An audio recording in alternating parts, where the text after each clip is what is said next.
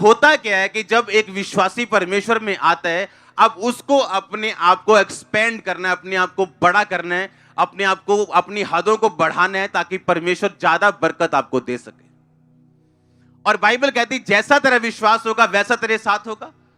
जैसे आपका विश्वास बढ़ता है आपकी बरकतें बढ़ती, जैसे आपकी कैपेसिटी बढ़ती, परमेश्वर ज्यादा आप पे विश्वास करता है और आपको ज्यादा देता है।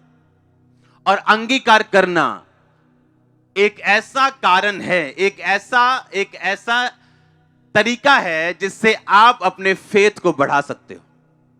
एक वचन हम पढ़ेंगे अंगीकार का, लूका की पुस्तक से।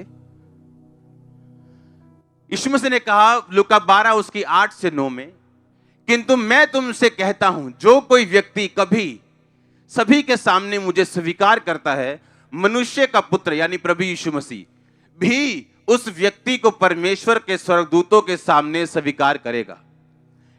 किंतु वह जो दूसरों के सामने मुझे नकार देगा, मैं भी परमेश्वर के दूतों के सामने उसे नकार दूंगा। मेरा ये विश्वास है और मैं ये बात जानता भी हूं, अगर आज मैं इस जगह पे खड़ा हूं और बरकत पाके खड़ा हूं, तो उसका एक मेन रीजन ये है कि मैंने परमेश्वर के नाम का अंगीकार किया हर बंदे के सामने। जब मैं बिजनेसमैन था, जब मैं लोगों के पास अपने जो सामान होता था टाइल्स का, उसका पैसा लेने के लिए जब मैं जाता था, तो बहाने से ही सही उसको बता के जरूर आता था कि मैं क्रिश्चियन हूं। अगर उसने पूछ लिया, यार पानी पियोगे, चाय पियोगे, नहीं मेरी फास्टिंग है, ये क्या होता है, अपनी स्टोरी शुरू। बाइबल कहती अगर तुम मेरा इकरार करोगे, इससे होता क्या है मैं आपको बताता हूं। जैसे आप परमेश्वर का इकरार करते हो लोगों के सामने, आप परमेश्वर की एक जिम्मेवारी बन जाते हो। आपका सिर दर्द परमेश्वर का सिर दर्द बन जाता है। आप मेरी बात समझ रहे हो?